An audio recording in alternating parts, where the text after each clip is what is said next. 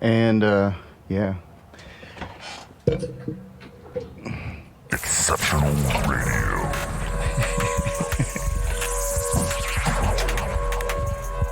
Exceptional Randos show is produced live in Sunroom Studios' Base Capsule and in partnership with KLST 103.5, RadioCallisti.org.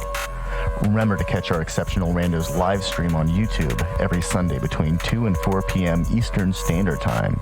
And if you have a story, idea, or question that you would like to share, we want to hear from you. Thanks for listening. Well, that was random. Exceptional Radio. It's the 29th of March, 2020, and we are, 5 days into shelter in place. And let's see what else. We've got, my data's down. We've got something like 685,623 confirmed cases, according to ArcGIS. And in total cases in the United States, as of right now, according to worldmeters.info/coronavirus/bash countries, the United States has 125,308 total cases with 1,730 new reporting cases. And, Italy's right behind us, followed by China, Spain, who incidentally has the most new cases reporting today. And then after that, it's Iran, United Kingdom, then the United States. Can't really hear you, man. Oh. Can you hear me now? Yes, there we go. Okay. Probably just had the wrong thing turned up.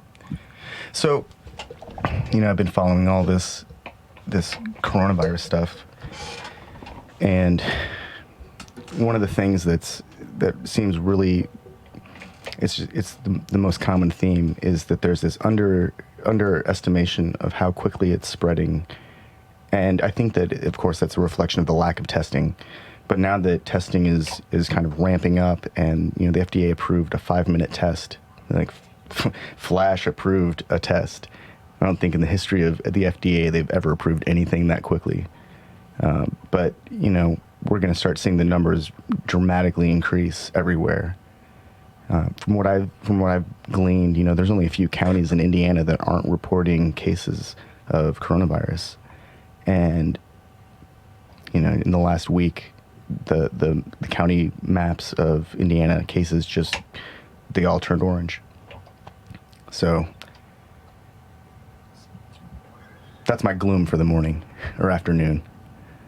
Well, I mean, there's only, you can only talk about so much right now. Yeah. That's pretty much everything that's happening. No, So, I feel like that's a pretty much a full update right down to localized.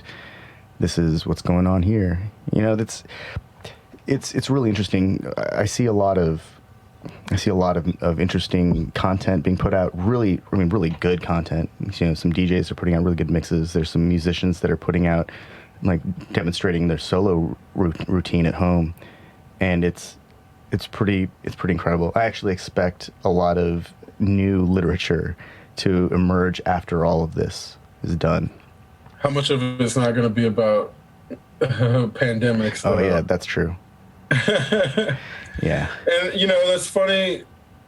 Even in the midst of a quarantine, people are still managing to listen and watch the same media, and that's kind of like, it's strange how all of America can watch Joe Exotic at once, or whatever the thing is called, and That's the tiger guy, right? right, yeah, and everybody's talking about it. Like, I haven't watched it or anything. It's but funny. I haven't watched it either. I've been trying to get caught up on Westworld and Picard and Avenue 5. Those are the shows that I've been watching. Yeah, I'm trying to get caught up on Picard as well. It's just, it seems like all of the media that happened before this, it seems almost irrelevant because it wasn't talking about it, and now everything is discussing pandemic or virus related topics. So it's like, if the media isn't acknowledging it, it's almost aloof. It's like, if you try to put out a story that doesn't have to do with the virus right now, it seems aloof and out of touch almost, you know. And there's this element of people wanting to get back to normal, but then everything, I think. What's normal though? Right, yeah. And I'm pretty sure normal is how we got here.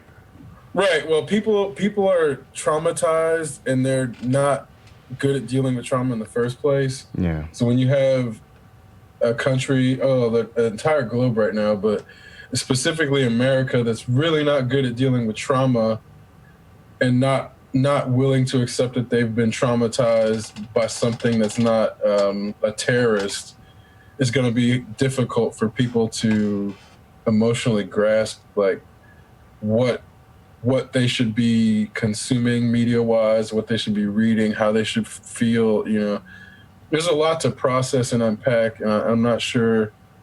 You know, I read an article the other day. I guess it was an opinion piece, and it was about it was basically about what you're talking about. There are people who are still in the process of being traumatized, and so some people are entering the grief process at different stages of grief, and it's not progressing like people typically go through the grieving process. Some people are angry. Some people are still trying to bargain and reason their way out of this. And then there, you know, I think we've got maybe 20 to 40% of the population is finally starting to accept the shelter-in-place order and that the best practice for, you know, our health and safety is to remain where we are. The thing that's really was so interesting to me, and it's kind of what I was saying about how, you know, I'm seeing a lot of output from musicians on the internet. It makes me feel like that people build these lives for themselves at home, but, you know, we spend so much time working that we don't always get to engage in these activities. And so here's this opportunity where everyone's kind of like, crap, what am I going to do? I got to stay home. Oh yeah, I've got all this stuff that I've been trying to do for the past, you know, however many years that work has always gotten in the way, or life has gotten in the way of. I think it's a really incredible opportunity, actually, for people to get inside their heads and really make something new. But like you said, how much of that is going to be free of pandemic? Mm-hmm. And so. Yeah, you know, and part of it is like, now is a really good time for introspection and self-awareness and growth, but it's also a good time to just relax. Yeah. So it's like, there's this paradox of like, people who need a minute to give their minds a second to chill. This is one of those good times, but as you're also pointing out, it's like, there's so many elements of creativity and being able to make something in times like now that are also opportunities. So it's hard to know which one to lean into or try to do both, and which one's going to benefit your mental health the most. Because it's like, you know, in the middle of a pandemic, should people really be trying to like Bruce is saying hi. Hey, Bruce. Should people really be trying to find ways to like, you know, make $1 million or something? Because that's kind of where, again, it's like, on the one hand, yeah, now if you have there's going to be an entirely new economy that emerges from this based on all of the things that we should have transitioned to before, but now we have to do it out of necessity instead of by choice. Yeah. So, of course, this is like the perfect time to try to leverage that and find one's way in the economy. But then on the other hand, is it really like good for humanity in times like these to be expending one's mental energy on capitalism? And that's, you know, I don't know the answer, but I think that's one of those existential questions where we need to ask, like,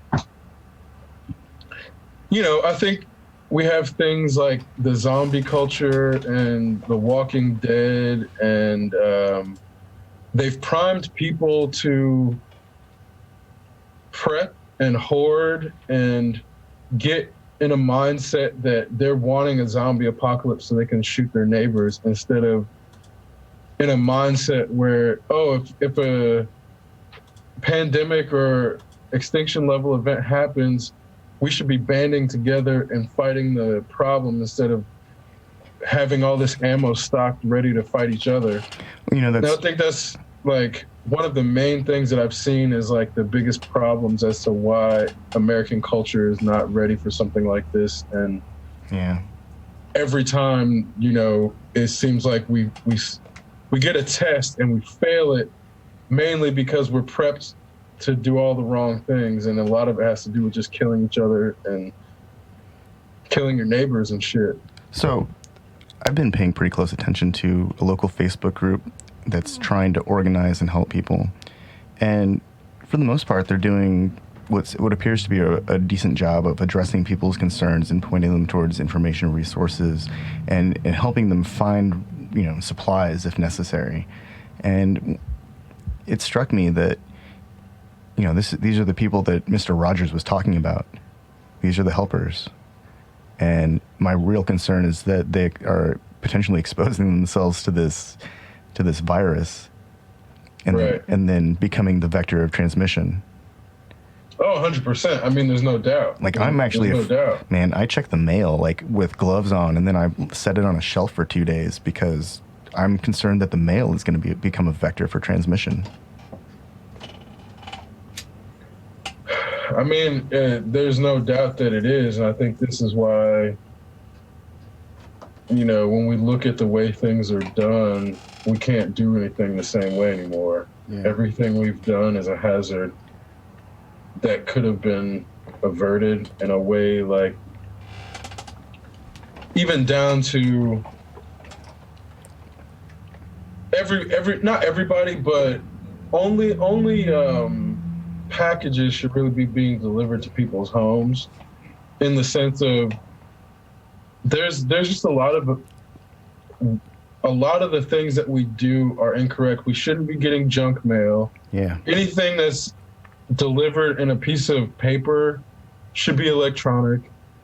All that shit is just, we're doing it wrong in the first place. So our mailman shouldn't really be going door to door delivering, like, no, it shouldn't. He's hand delivered. I feel like envelopes. I feel like in the last few years, when the United States Postal Service has taken on the role of delivering the last mile for package delivery of like FedEx and even UPS packages. Because I've gotten that quite a bit, where expecting UPS and it's just a regular mail truck that pulls up. But they've managed to create a second delivery system that doesn't use their standard postal vehicles. They're using like normal minivans, it looks like. Mm-hmm. And they're doing specific location delivery where they're not going door to door, they're going location to location. Yep. And so in a lot of ways, I think that you've described the future of what it all is. I mean, of course, it's going to follow the model of FedEx and UPS, because they've shown us just how quickly they can get something from one place to another. And it doesn't have to rely on subsidy from junk mail advertising. Oh, Nicola has joined us. Excellent. Connecting his audio, looks like. Good day, sir. Yeah. Hello. Sorry, this is like my 4th try. Oh, that sucks. No, apparently I can't read as well as I thought I could. So I've got this theory about like this thing that I call adult onset illiteracy. And it doesn't have to do with being able to read or being able to identify a character. It's that as we get older, we get so used to the kind of literature that we read, like technical literature, an operation manual, even flowery actual literature.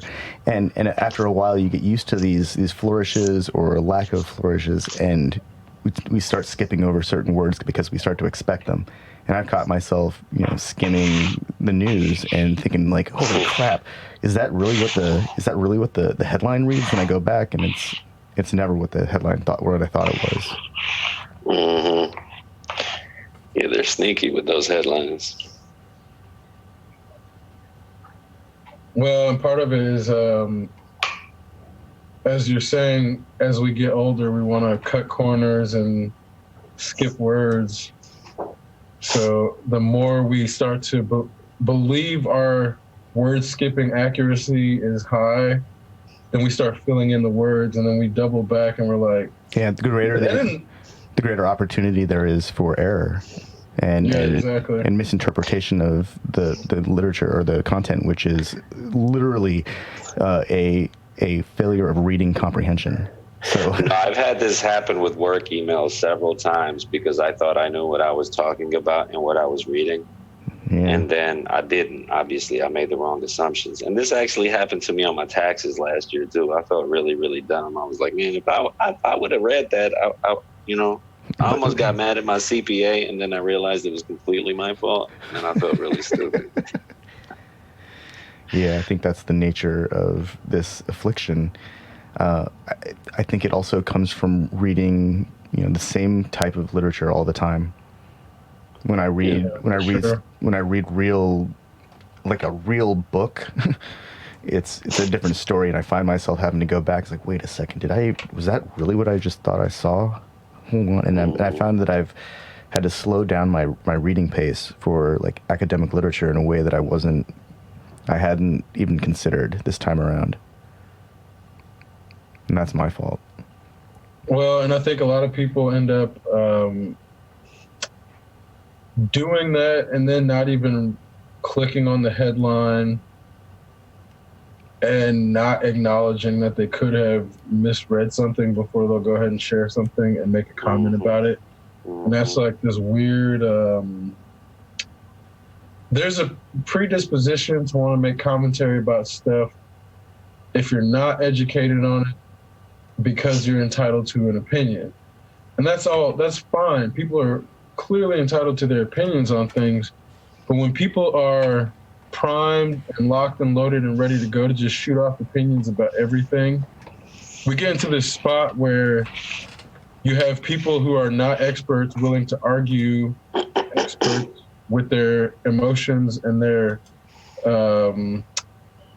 visceral responses to things. And this is what happened with this pandemic is everybody responded to the experts saying, oh, this is like H1N1, this is like the flu, this is like all these other things, and the experts are trying to tell them they're not. And then 3 months in, when the experts are saying, hey, we tried to warn you, now people are like, well, what are the experts saying? And the experts are saying all the things to try to react to 3 months of them not getting paid attention to. And then people are like, well, I don't want to take this vaccine. I don't want to take this cure because the experts, they were wrong the first time. And it's like, no, you guys just weren't paying attention. Like, I read an article from last year from an expert saying that we were overdue for a major pandemic. And it's like the experts were saying stuff last year. That's so shitty, though. Hey, no, and look, I'm going to use myself as an example again of exactly what you're talking about, Chris. So I was talking to a friend of mine about, what was it, maybe a week ago, at most 10 days ago. And he was talking to me right before I stopped going outside. So yeah, about a week to 10 days ago. And he was like, yeah, I was watching a Joe Rogan podcast, and they had this, what are they called? Epidemiologists? I don't know how to pronounce the word. Epidemiologist? Epidemiologist. And the dude was like, yeah, in 6 months we could have north of 50,000 deaths in the U.S.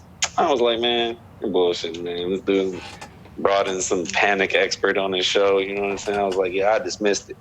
And then I'm just watching these numbers, and it's like, yeah, this is pretty much the trajectory that we're on. Well, so I texted him today, and I was like, yeah, bro, you were definitely right about, or he was definitely right about that one. And I didn't know what the hell I was talking about. If you go to COVID-19 That's covid19.healthdata.org/projections.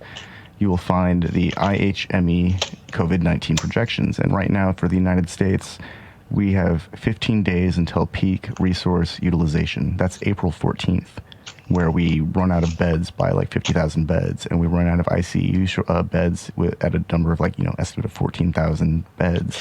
That's when the deaths start going up. Yeah. And then we need 18,800 ventilators by the 14th. And that's when the numbers start to climb really dramatically. I guess we'll see what happens. I don't know. Projections are weird though, because it's hard. I keep watching these feeds from CDC or WHO, and they all say that the same thing, that it's extremely difficult to really know what's going on while you're in the middle of it. It's hard to see where the curve starts to taper off, or if it just keeps on going. Yeah. And I believe what we're actually seeing with the numbers, we're not actually seeing the statistics. We're seeing the distribution of the test. Yes. Mm-hmm. And I think this is what is not being discussed as how it should be framed. We're not actually tracking the numbers of the people infected or the actual people showing. We're tracking the number of distribution of tests right now. Mm-hmm. And this is where it can't be framed like that, because then it shows the deficiency of the medical system and how far behind we are in testing. And then people should legitimately be concerned, because then it shows oh, we're not prepared for this at all. It's like Chernobyl all over again, dude. Except it's everywhere. I'm just saying from the perspective of the state wanting to save face. Right, yeah, no. And ignoring everything that's going on while there's an actual...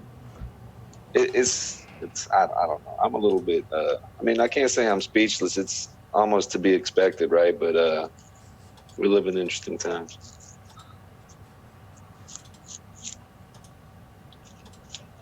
Well, and I think part of it is after this... We all say when it's over, as if as if there's gonna be some magic resolution sometime soon. But the issue is we're just hitting storm season. We just had tornadoes last night. This country is just not prepared. It's only prepared to bomb brown people. That's the only thing this country is prepared to do. And then blame it on Russia. Well, no, they're blaming it on China right now. Right, yeah. They're straight up blaming it all on China. I don't know if you consider Serbian people brown, but they do love bombing us. Oh, that's just wrong. I don't, but they do.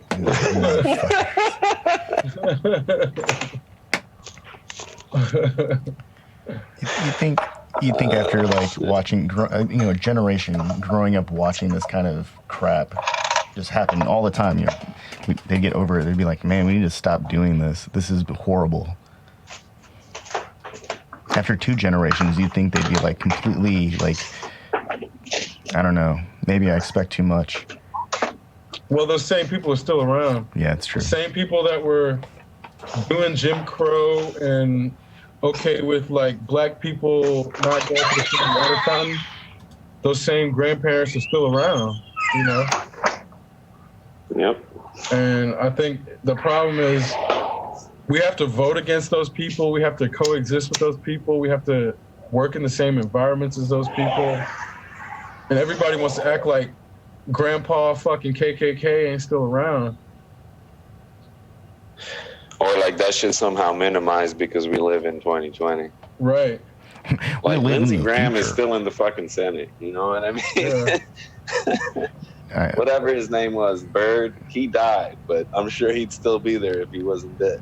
Orrin Hatch, too. Orrin Hatch would still be there if he wasn't dead. Strom Thurmond was super old when we were in high school. Strom Thurmond, most of those motherfuckers. That dude would be that dude is you know, he would actually look like Skeletor right now. Yeah. Like more than the VP.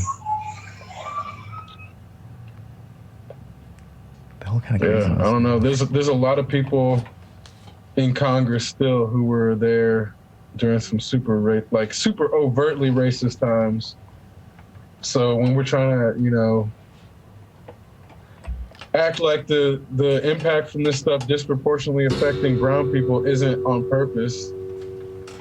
Like, of course it's on purpose. So Yeah. I don't know. You know, this is why black people can't trust Democrats. Well, you know, there was that whole issue with Biden just, you know, pushing a crime bill that disproportionately affected black people, black populations. Yep. And we can pretend to divorce the statistics from the crafting of the legislation, but that legislation was crafted using statistics. So. Yep. Man, they're all the same. You know, when the '99 NATO bombing of Serbia occurred, and Joe Biden was asked about international laws, he basically, and I'm paraphrasing here, said that wasn't important or relevant, even though the international laws were being broken by NATO at that time. When the same stuff was happening with Iraq and Afghanistan, he was all about international laws. They're just pandering. It's very irritating. It's very irritating watching people voting against their own self-interest. Yeah, but explain that to them. Explain what their self-interests are. I mean, staying out of jail should be a priority for everybody. Yeah. And these people are literally enacting laws that are disproportionately affecting minorities and sending people to jail. Like, there was a huge, as far as I understand, and Chris, you might know this better than me, so please correct me if I'm wrong, but there was a huge boom in the prison population after the 90s. And all that stuff that the Clintons and the Democratic administration passed. It started in the 80s, yeah, but it was further exacerbated by the Clinton era war on drug policies. Oh, yeah, that's right. Nancy Reagan was all just say no, and that was the era where they were really trying to punish the welfare queen. That doesn't even exist. It started with what was it? The moral majority and the Christian right. And family values. Yeah, quote unquote family values. When they started to attack the black family in the late 70s, early 80s. So this is like what gets lost on a lot of people. So a lot of the benefits that we talk about, whether it's welfare or SNAP or however you want to refer to them, they were not distributed to families if the father was present in the home. So black families were only given benefits if the dad wasn't around. So this would push black families to have the dad not be present most of the time on purpose, because the dad couldn't get a job in that period anyway. So it's like post Vietnam, there's like an oil crisis about to happen, and then it's like pre-computer boom. The black population could not get hired anywhere. There wasn't really anywhere for them to work that was like gainful employment. So it was better for these families to just end up getting government benefits in a lot of cases. So then what ends up happening is after that period, then you get the predatory loans, and all of the black people that were then able to go get housing loans and gainful enough employment in the 80s and early 90s to get homes, get these mortgages that are not on the same interest rate as other people are getting. So it's like black people in the 80s and 90s are getting set up. We're approaching that 40-minute mark. Well, it's like that their mortgages are getting set up for them to lose them in 10 or 15 years. So they're paying off these houses just long enough to keep them on the market, So then when these people come in and gentrify these areas, it's because these black people are in mortgages that if they ever get in a situation where they lose their jobs, they're just going to lose the home pretty much immediately. And it goes back on the market or goes into the tax reclamation. And it's like, these things are systematically set up in a way that only pretty much affected brown people, whether it's black or Mexican. And then on top of that, after this period, it's like affirmative actions also happening. So then all these black people are getting positions, but they're saying they're only getting them because they're being forced to get them. So we're like, black people are not able to get any positions of gainful employment without somebody saying that they only got it because the government gave them that. And then on the other end, they're only able to get government assistance if they don't have a family unit in their home. Yeah. So on both sides of the scale, black people are being attacked by government policy. And then you throw on top of that the disproportionately jailing with the drug war. So it's like black people are getting attacked on all fronts. And then it's like white people generally don't understand how those things worked. And then they started to affect white people when the opioid crisis started to affect them. So then it started to actually become a problem. So it's like all of these things cascaded into a situation where the pharmaceutical industry and the prison industrial complex have turned America into slaves and basically junkie prostitutes for the system. But Americans didn't know enough about the opium wars in India or China to understand what happened here. So there's all these things about the education system having lack of discussion of whether even the Serbian conflict, they don't teach that well in America, because then it makes it clear that all Muslims aren't white, like brown people, and the conflict between Christian and Muslim goes deeper than just white versus brown, but you can't discuss it if you want to make it like white Christian America versus brown Muslim. Then we can't discuss the Serbian conflict, because then that just gets too complicated. I mean, that really plays into, how the government responded in the 90s, because you had this group of white Muslims and they wanted cheap oil. So American support for Bosnian Muslims was, on full display during all of that. It was Clinton's way of cozying up to brown people without having brown people on the TV. Exactly. So, there's all these things about how they played that to spin it and keep the brown Muslim as the terrorist, and then in the process just completely disconnect white Muslims from any other Muslims as if they're not all Muslim. And, Right. It's That's not a basic tenet of their teachings. It's not Muslims are not homogenous in the first place.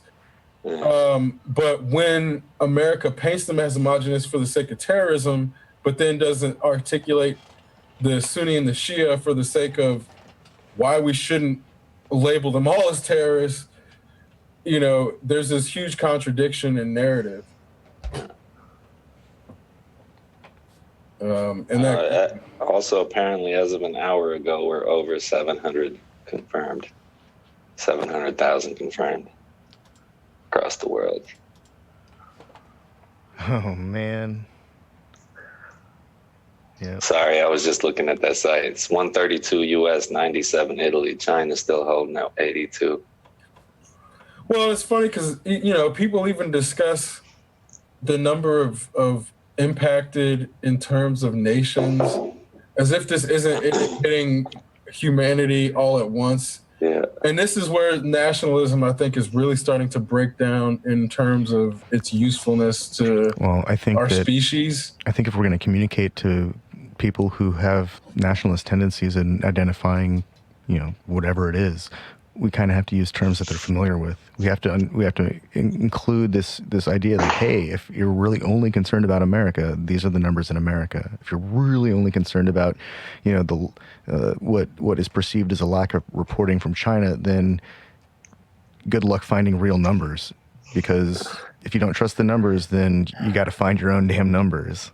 I don't know what. I mean, yeah, I figured this is a floor, and it's a good starting point. Yeah, for the I think it's conversation. actually. I'm pretty sure it's bigger. Everybody knows it's bigger than that, right? Yeah. This is the number of people that were tested. Yeah, this is like the minimum number of people who have it, because these are the confirmed have been tested. But there are,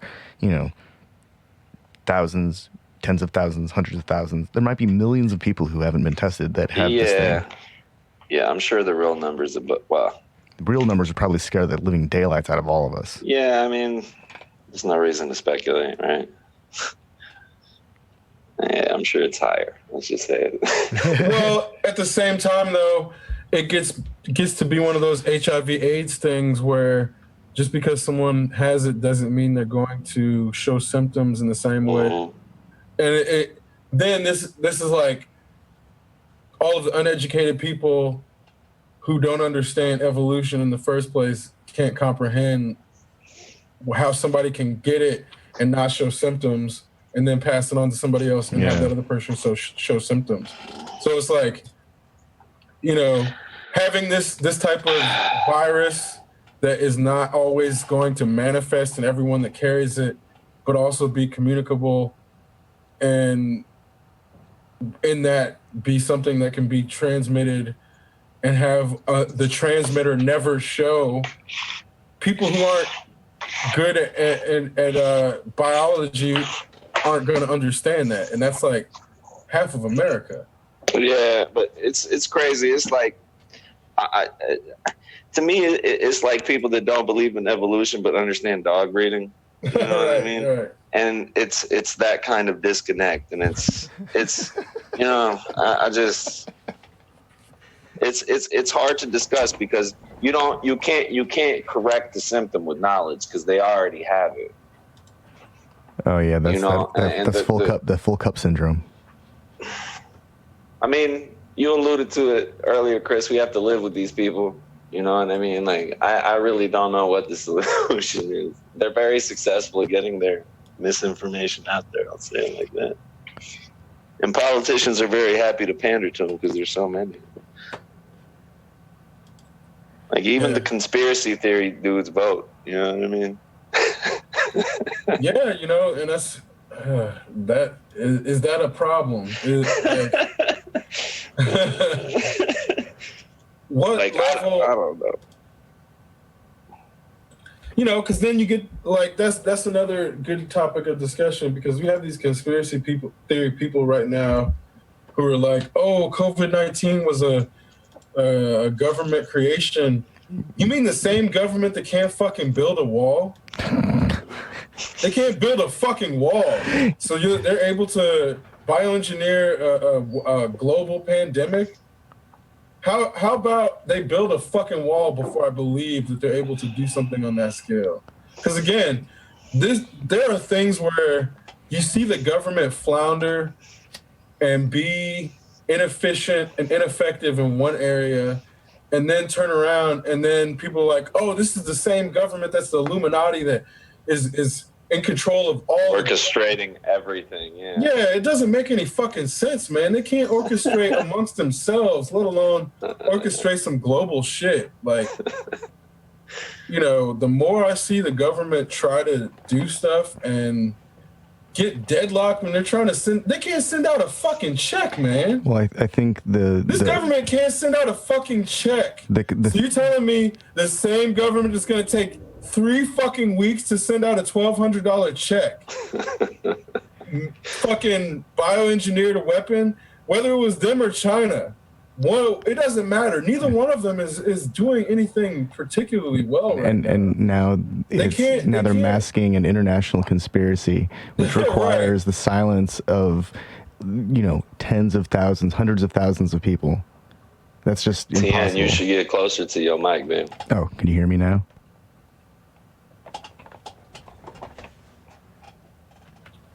Can you hear me now? Hello?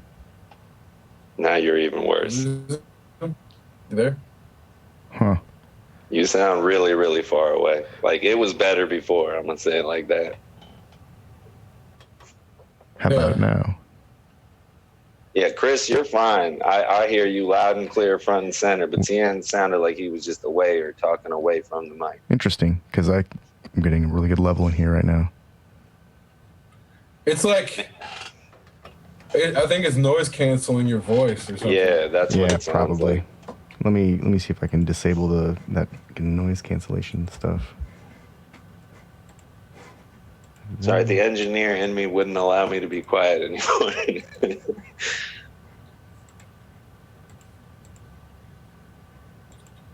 Okay.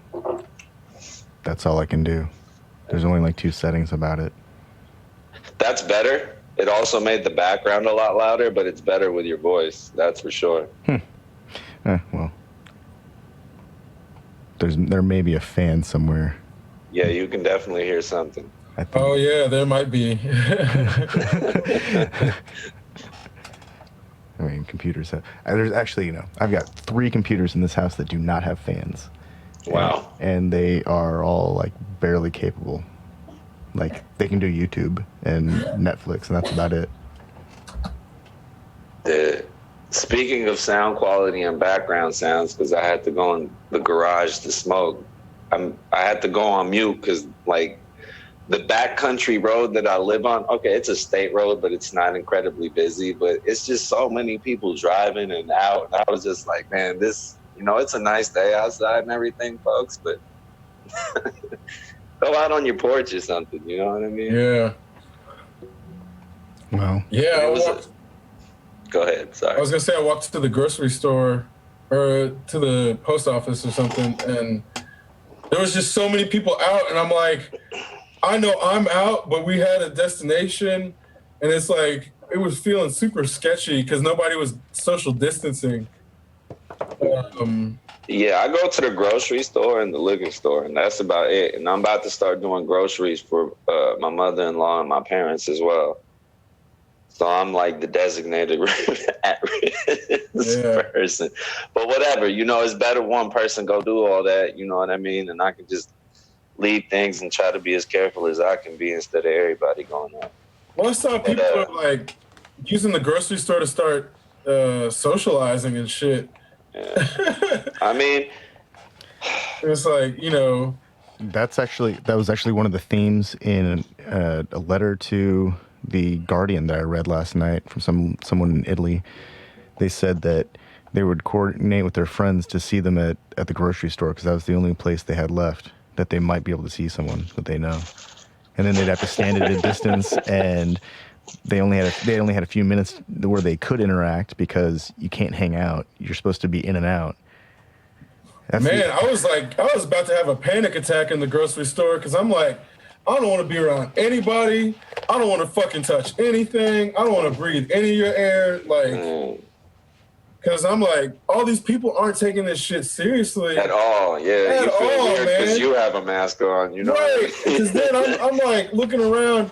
Everybody's just like getting close to each other and, just touching shit. And I'm just like, that really made me feel more anxiety about it in that, again, it's like, if I'm going to take it seriously, but everybody else isn't going to take it seriously, that means they don't fucking care about my existence, which I knew in the first place, in that when you're in a certain segment of society, like, nobody fucking cares about you anyway.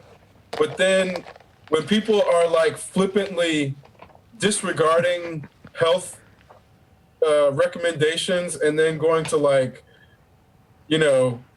put your health at risk, that's like them saying fuck you and fuck all your family in a way that it's very direct, even though they don't realize how direct it is. Yeah, man, I feel so much solidarity with the Asian students at IU because they're the only ones with the mask on. They consistently all have the mask on. I mean, like, yeah, man, y'all know how to deal with this. You know what I mean? Yeah. I had Sheila make me a mask, and it's like 3 layers of cloth, and one of those layers is satin. And I know that it's not a filter. I know that it's not capable of, performing the particulate filtration level that the real masks are. But this thing is so I don't touch my face, and so shit doesn't get on my face, because I'm more worried about that. Like, I'm of the opinion that if you can smell it, it's in the air. Like, you know, like when you talk to, or when you're at the store. I mean, I was at Sam's Club, and I walked through some woman's cloud of chewing gum, and I thought, oh God. You know, like I started to I got really. You just caught her whole mouth. Oh, I walked through it, and it was one of those moments where it's like, really, mouth breather, just like chewing on that cud like a cow, just breathing it out. Ugh. I'm sitting here trying to not interact with people because I don't want to deal with. I don't want to go out. I just don't. Man, look, man, I'm like your most ordinary type person, and the way that I responded to this wasn't particularly especially at the very beginning, serious or whatever. I thought what everybody else thought, but you know, if you pay attention and you realize what's going on, you can alter your behavior. And it's just really sad to see how few, you know, because I'm like all these people that are not wearing masks right now. That's my sort of default state. But nobody is paying attention. It's really it's very disappointing. Well, incidentally, if you trace back through some of our earlier shows from this year, you notice that we start talking about it because I've been following. I was following the initial bat flu, and then it became snake pneumonia, and then it was back to bats, and then they decided that it's not a flu, but that it's a coronavirus. And so we've been talking about it. It's kind of, it's one of those things that you don't even realize what it is until they decide to tell you, because we can't just be like, oh, this is definitive. I'm not an epidemiologist. I'm just following the news. And that's the hard part, is that we live in a society that's becoming more and more skeptical of media sources because our media sources give us reasons to be more and more skeptical of them. They don't. It's that first culture. No, they're terrible sources, but yeah, they're what we got. A certain, yeah, exactly. You know what I mean? And if you're willing to call that blatant of a lie on the media, then there really should be an armed revolution going on. You know what I mean? So either understand how to discern context and information as it's presented in the century and times that we live in, or do something about it. Because, man, people, I don't know. I don't think the world is on fire. I think that we have a serious issue with maturity, and we're nowhere near culturally caught up with our technology as of the last 150 years. We can debate the past, 10,000 years before that. But as of the last 150, we're definitely not, mature enough to handle the power that we're wielding. So I don't know. I believe in humanity. I believe in people. I think we'll get it right. But going through it is a whole thing. So on that note, I think what we had was two things happen at once. And because we're still in it, people are not willing to admit one thing happened. So obviously we had our pandemic of the time.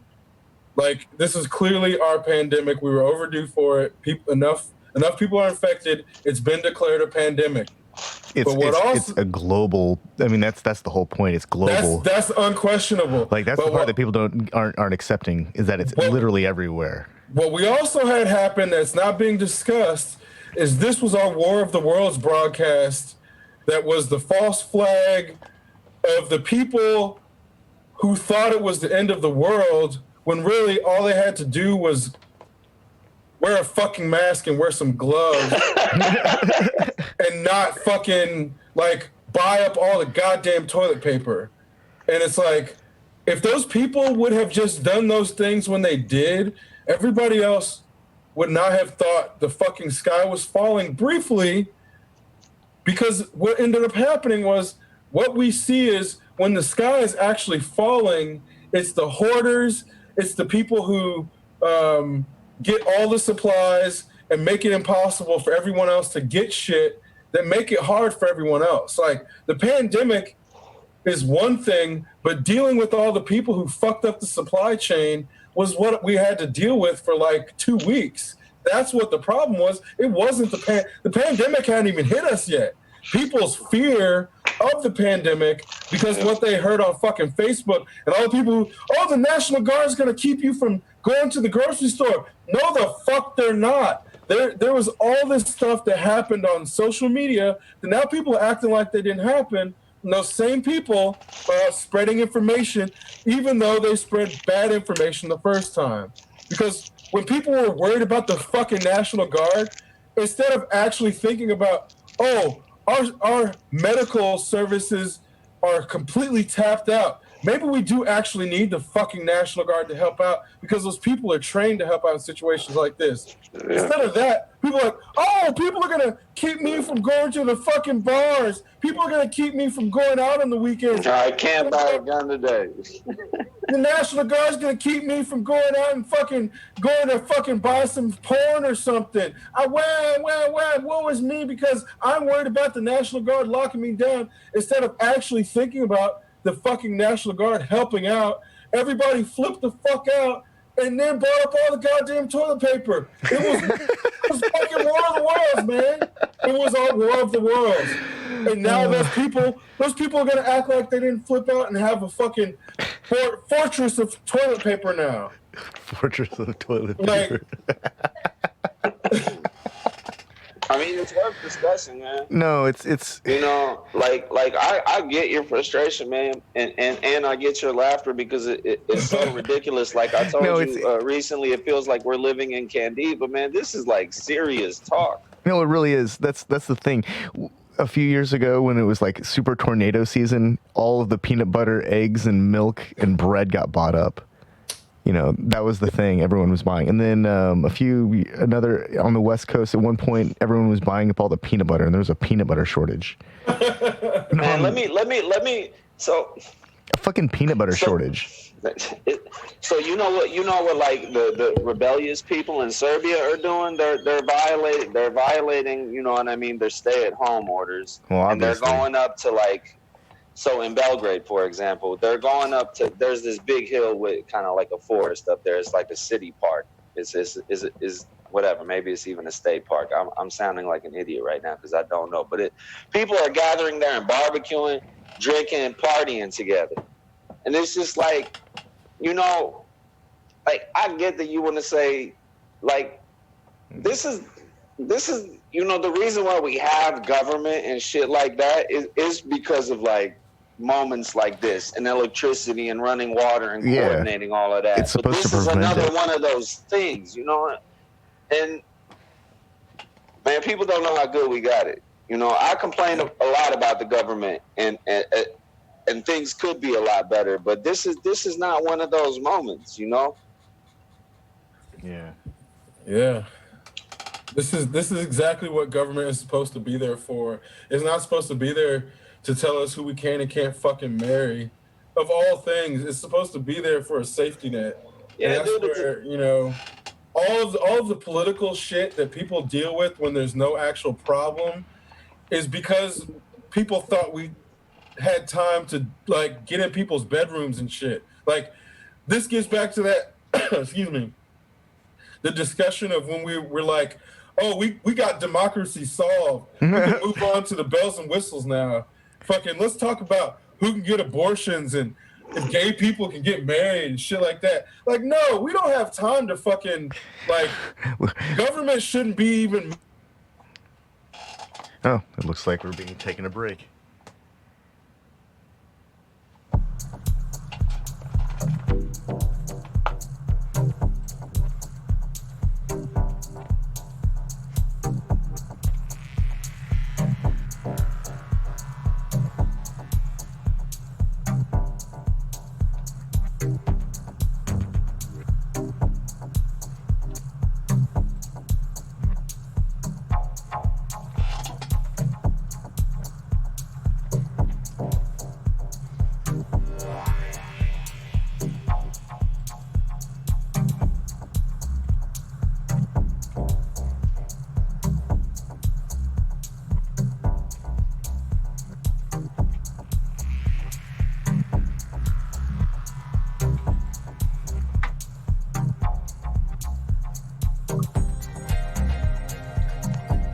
Hello. Hello.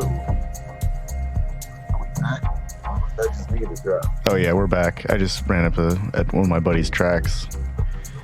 So we've got, a couple of minutes to take a breather or stretch your feet or refresh your beverage. This is Johnny Hassel's Falling. I'm back. I don't know what just happened. We're taking a short break. Oh, okay. We took a short break. Yeah.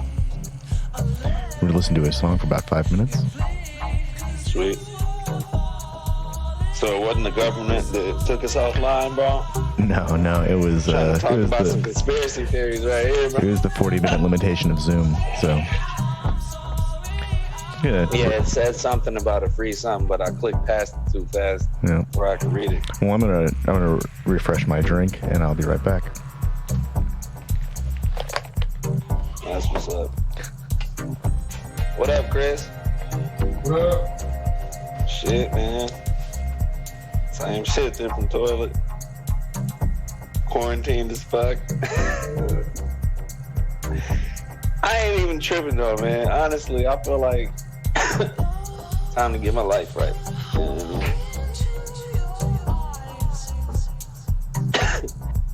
I do miss the gym though, and I've done 30 push-ups since my quarantine, so I need to get my discipline right, man. I don't know if you ever tried Rush Fit, but that shit definitely works. Rush Fit? Yep. It's on YouTube. Okay, I'll check it out. I just need somebody to kick my ass and motivate me, man. I just be on some, I don't have time, I'm not feeling like the type shit, you know what I mean?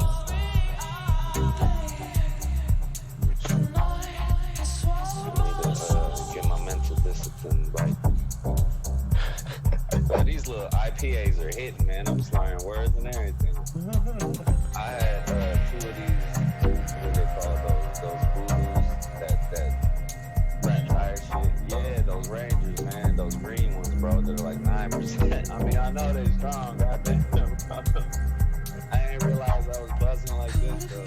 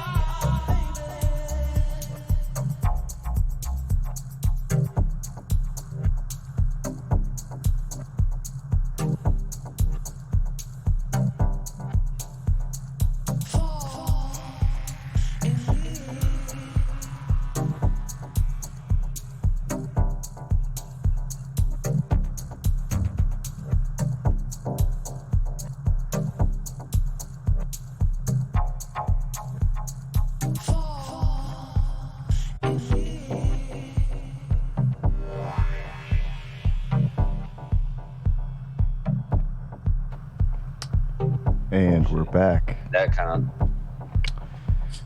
Indeed.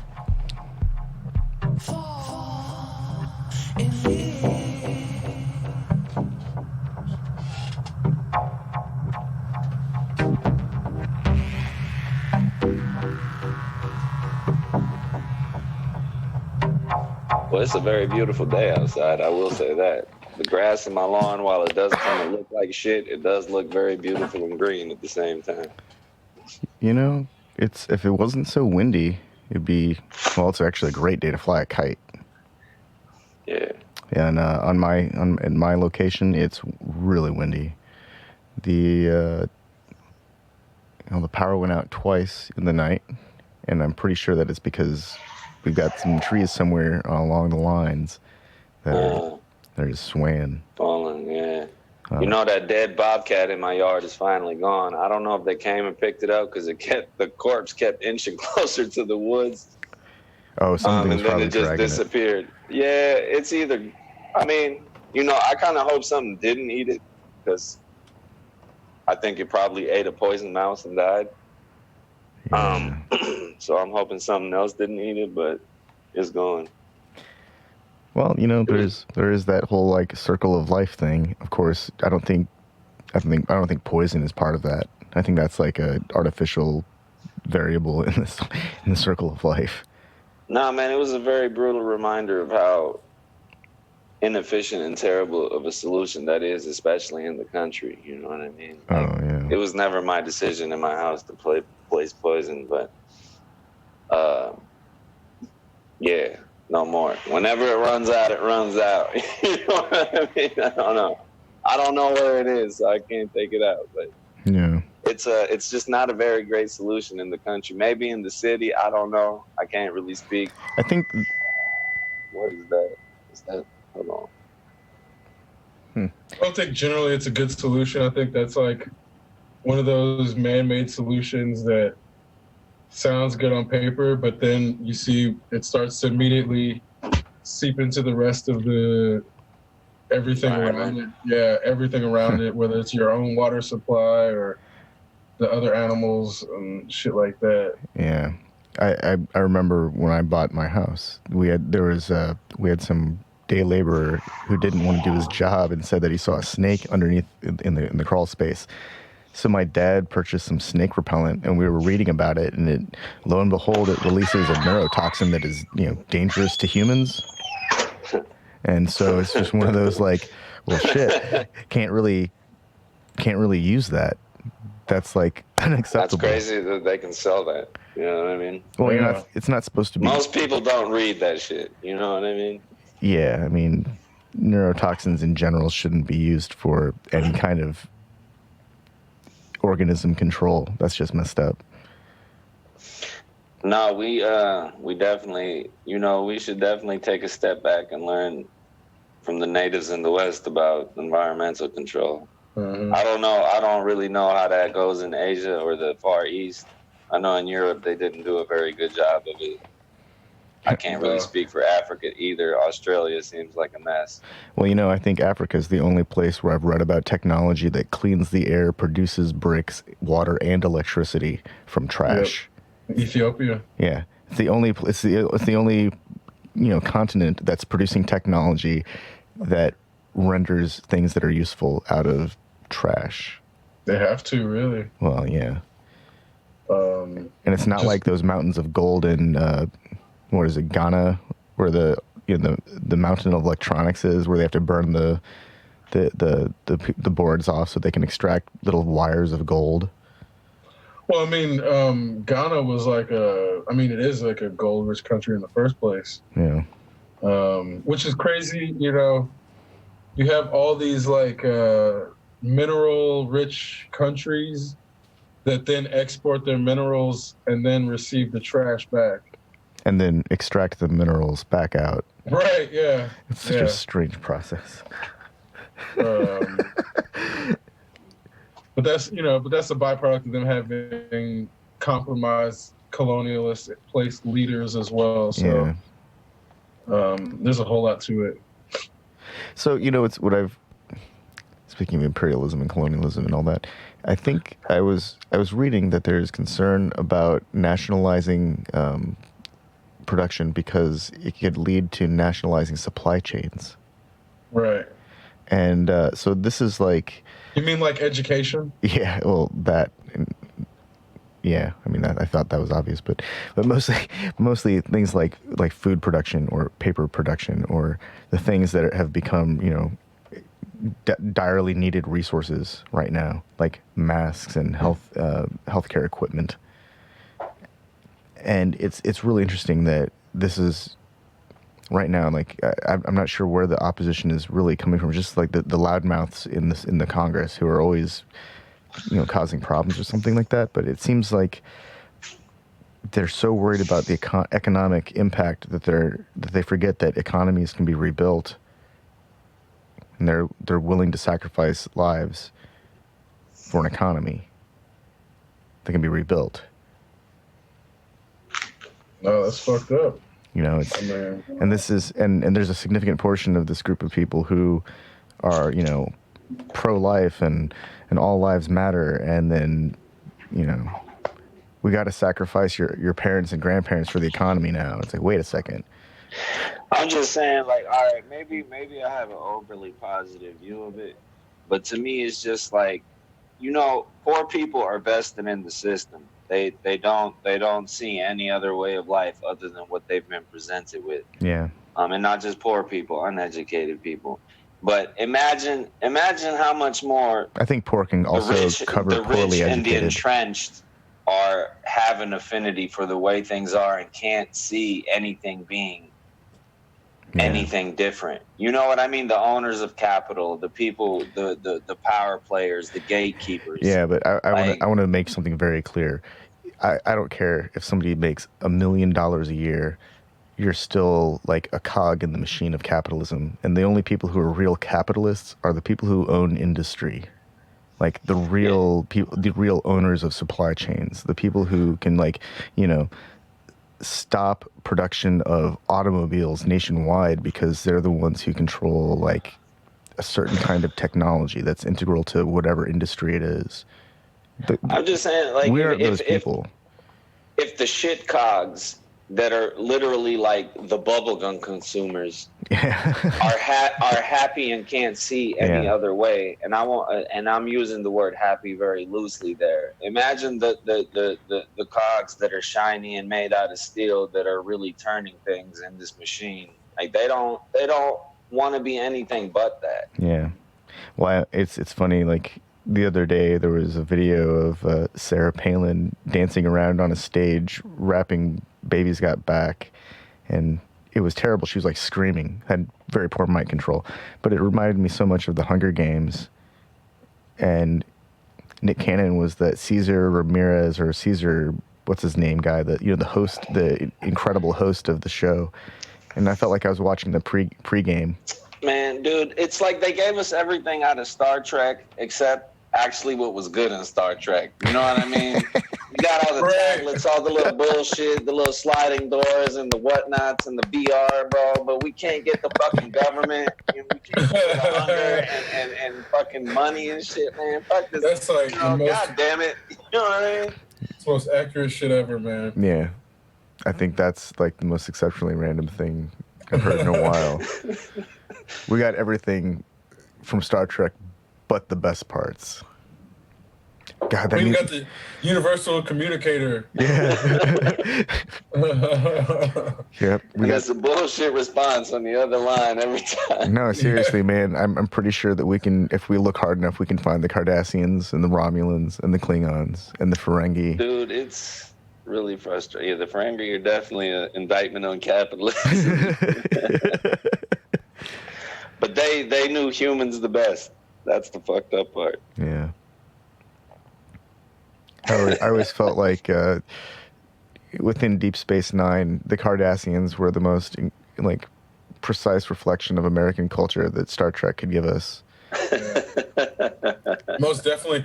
Well, it's like the Cardassians were the most military industrial aspect of us, and then the Ferengi were the most greed aspect. So it's like Vegas is the Ferengi, and then DC is the Cardassians. And the Cardassians were Moscow, man. I don't know what you guys are talking about, man. They were Moscow, they were DC, they were Beijing, they were Paris, they were all those places. And then the Bajorans were like hippies. They just wanted to be peaceful, and they were forced to fight back, but they were never going to get anywhere because they were, they weren't even David and Goliath. They were like a bunch of ants versus Goliath.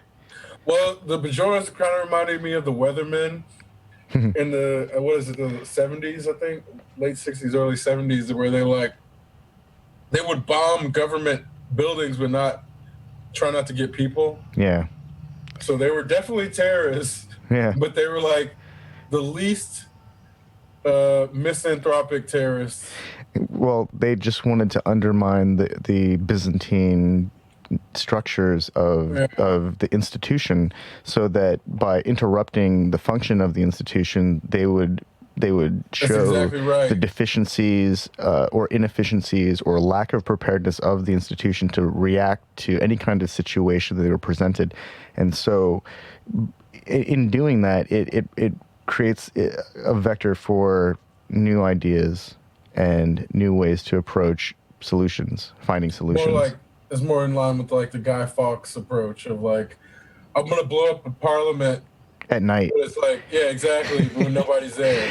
But I'm gonna hide it in a bunch of fireworks that everyone's gonna be really enthralled with, so they won't notice that the parliament is being blown up, and no one's getting hurt, except maybe there's got to be like one janitor, one night guard who's in the wrong place when the thing goes down, and that's like the one thing that you can't account for. There's always someone. There's a human involved, then there's a chance that something's going to go wrong. Yeah, there's always Murphy's Law. Murphy's Law is always in play. I wonder where on, maybe Murphy is where all those accounting loopholes come from. They got to pay him somehow, right? Oh, it's funny. Well, this is not random. It's gonna sound random, but it's the idea. When you're talking about that book you read where humans came up with the speed of light, and that's what keeps us from going faster. Yeah. Well, it's like, I don't know if you guys have done Dante's Divine Comedy in a while, but it's like they frame it as if people who came before Christianity couldn't go to heaven because there was no they hadn't created it yet.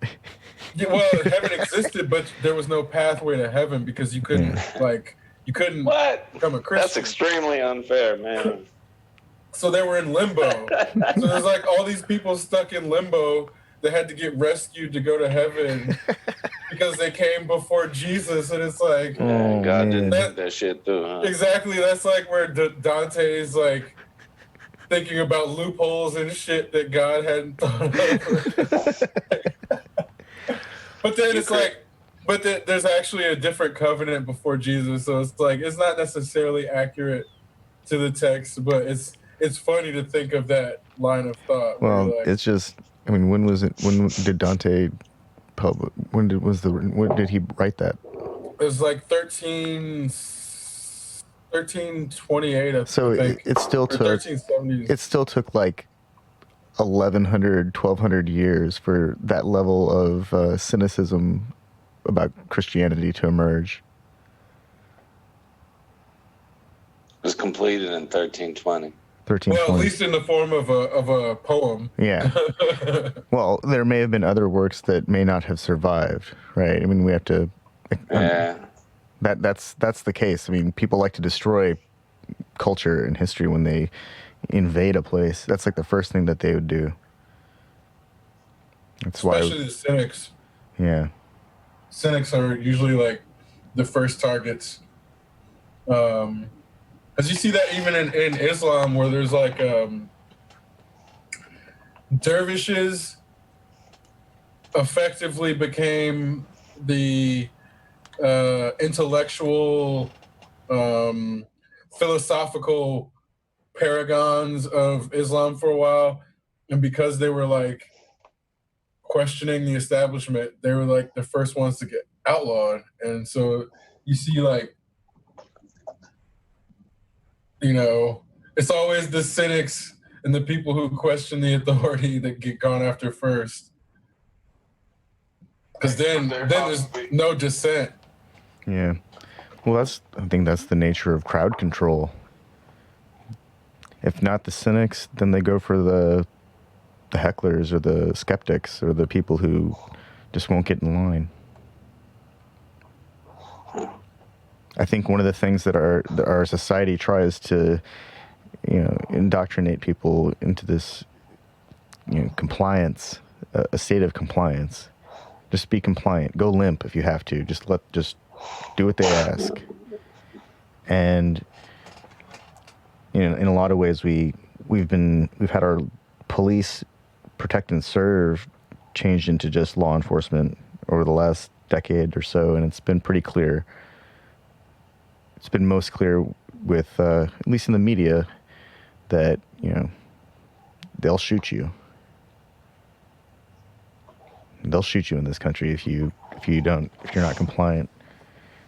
And I saw a video of young men getting shot trying to run away from the police, and they're like, couldn't be much older, they're like towards the end of being teenagers. Maybe they're in their early 20s, but they couldn't possibly have known better. Like the way they reacted. It's the kind of stuff where,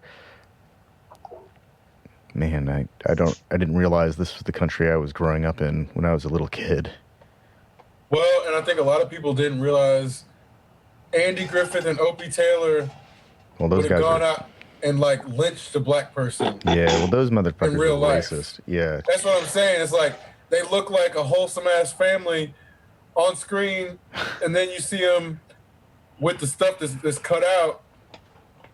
Where and obviously not Andy Griffith's not going out and actually lynching people, but I'm saying the wholesome police officer that was like the image of America was also out being racist as fuck. Yeah, dude, I had a conversation at work about 4 years ago about this. So there's a senior director. I was doing a project in Panama, and Ron was a cool dude, but Ron hella conservative, and he was in the military before. He's a white man, you know what I mean? And we were talking about, we were reminiscing. Well, I guess I can't reminisce because I'm not really from that generation. But the fact that like police used to be better at their jobs, for example, from a certain perspective, like if you were a high schooler drinking or whatever, you wouldn't catch a DUI and go to jail and shit like that. People would take you home and let the village raise the kids, so to speak. And we were kind of talking along those lines, and dude just started pining for the good old days. And I was like, at that point, I was just like, shit wasn't really that good though. What are you talking about for the white man? Because, for the women and the minorities, it wasn't really like that. You know what I'm saying? You can't just go back to the 50s, bro. That shit wasn't that. It wasn't the Andy Griffith show. It was for, you know what I'm saying? Like wasps. You know what I mean? But like, for a lot of people, that's definitely not their recollection of that era. You know what I mean? And dude looked at me and he was like, and it was funny because there was another director there with us. He was a Chinese American, and I said that, and dude was like, Jim was like, ooh. And Ron looked at me and was like, no, I understand what you're saying. You're right. Because Ron's the type of dude that, like, like, you hear those, like, pull yourself up by the bootstraps black people stories. He's a super fan of that shit, bro. You know what I'm saying? Like, Man, so I don't look at him as a racist, you know what I mean? But he's a dude that really bought into this whole, like, mythos, you know what I mean, and this whole story, and he looks for every single reason, every single like example of that in life. He wants to laud that to the fullest, you know what I mean? And it's I don't know, it's just telling, bro, you know what I mean? We're all frail I don't want to say that's a very broad statement. A lot of folks are very frail psychologically, even though they may be successful in a lot of different ways. It's hard to have your reality challenged and reconsider everything. Yeah. No, people, that's the dilemma with our subjective reality is we think that what we see is what everyone else sees. And that may not be the case. That assumption fucks a lot of people up. Well, yeah. It's rough, man. And I don't know how to get around that, being empathetic with people and trying to understand where somebody's coming from, but also understanding that what they're saying is like just insanity and hate and destruction. You know what I mean? Even though they're, it's like they say the path to hell is paved with good intentions. And red Solo cups. You know what I mean? And it's, I don't know, man. No, I'm pretty sure that it's paved with red Solo cups and good intentions. And a lot of other horrible shit. I haven't figured out in life how to really deal with that in a constructive way, man. Honestly, like, I don't know what to do with that. I don't know whether to tolerate those people, not tolerate them. You know what I mean? I don't know. I want to think everybody's life is worthy, but it's I don't know. It's weird, man. I think when I just don't know what to do with it. I think when a community is so busy trying to stay afloat and trying to pursue whatever its goals are at a rapid pace of development, because we're all used to going to school where we're afforded the time and resources to engage in some kind of rapid development, and we find that we don't actually have that time. Eventually the fabric of the community starts to degrade, and that's just, that's the nature of turning inward too far. When we don't have, and like I was saying earlier today, I've noticed a lot more community-based activity, and I think it's really good. I think it's nice. I think it's a good thing. But I think that we also lose sight of what it means to be a community when, it takes a global pandemic to bring people together and remind them, like, oh yeah, this is the way you're supposed to be all the time. And so, it's like... But isn't that sort of like to be expected, though? I mean, think about humanity as a whole and how difficult it is to actually incorporate an idea into everyday life. I think China has like 1 point... that are not aligned, and you have misinformation, and you're being pulled in various different directions. Like, being an average human being, and I don't think anybody's an average human being, but the concept of being an average human being, you know what I mean? That's some imperialist colonization right there. Like mind colonization in full effect. Yeah. We were talking about that like the beginning of March, actually, about various types of intelligences and how they come together and like at the nexus of intelligence, you find like raw intuition and the ability and computons and all these things that we use to explain. It can be expressed in many different ways. Yeah, but intelligence as a whole, like itself, is a very limited dimensional metric when we talk about it in terms of average. Average is that's like a weak attempt at defining a spectrum, I think. I don't think anyone's average. I don't think anybody is average, and I think the fewest people probably fall into that very particular specific category. Yeah. I mean, we're all on a range, right? So when I don't know, to me the way that I look at it is it's not discrete, it's infinite, right? So it's a continuum. And nobody occupies the same spot. But we all, I do believe that you can, describe humanity in generalizations accurately. I really like spider grass. And its subsets. You can't define any single individual in that way.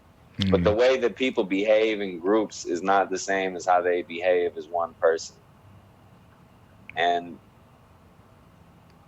yeah, group dynamics are a whole different thing. It's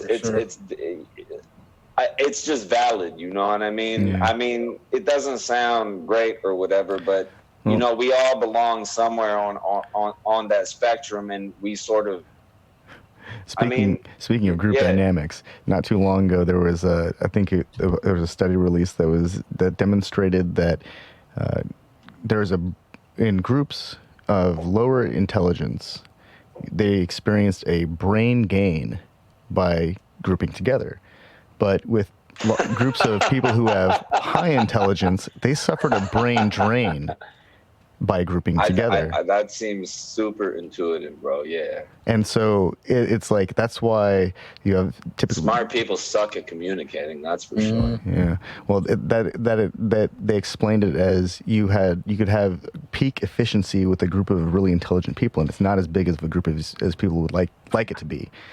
Dude, and empathy and intelligence don't usually walk hand in hand. That's one thing I've seen. You know what I mean?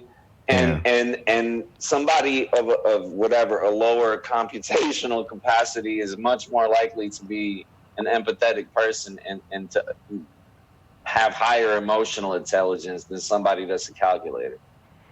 Yeah.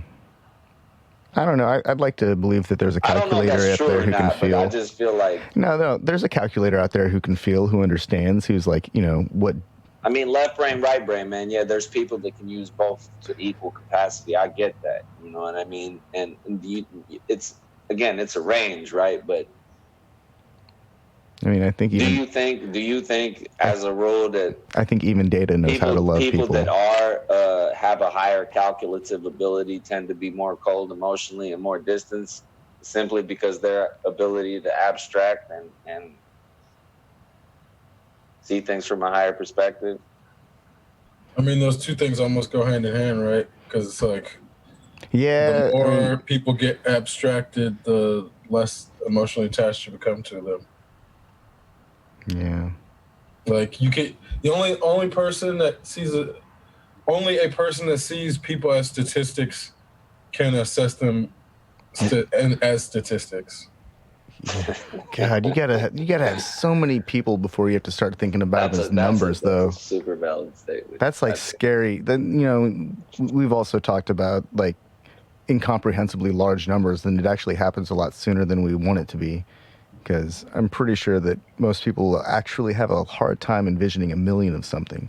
Like, let's be really honest. That may get to the point of like, oh, if a person can imagine a million people. I don't even think people can imagine that, though. But I'm saying if a person can imagine a million people, then that person is less likely to be emotionally attached to an individual. Exactly. Because that person can fathom a million, and they're like, oh, the larger is more important than the individual. So, like, the closer you become to being able to abstract, like, and people into statistics and into those, like, millions, then it makes sense that they, it's a fact. I mean, but it's all part of humanity, though, right? So how do you harness all of that energy, for the betterment? How do we get to Star Trek? That's the question. I can tell you how not to do it. It's to build a whole entire school of education that develops young sociopaths to function in a business world where they make decisions about people based on numbers. If we can stop that, we got to change that culture first, because that culture alone has demonstrated over the last, 30 years that I've been paying attention to the news and to general, like, business in general, that is causing us the most problems. It's a bad culture. What do we do in a laboratory if you get a bad batch of something? And you don't get. I mean, you have to study the shit out of it. When you.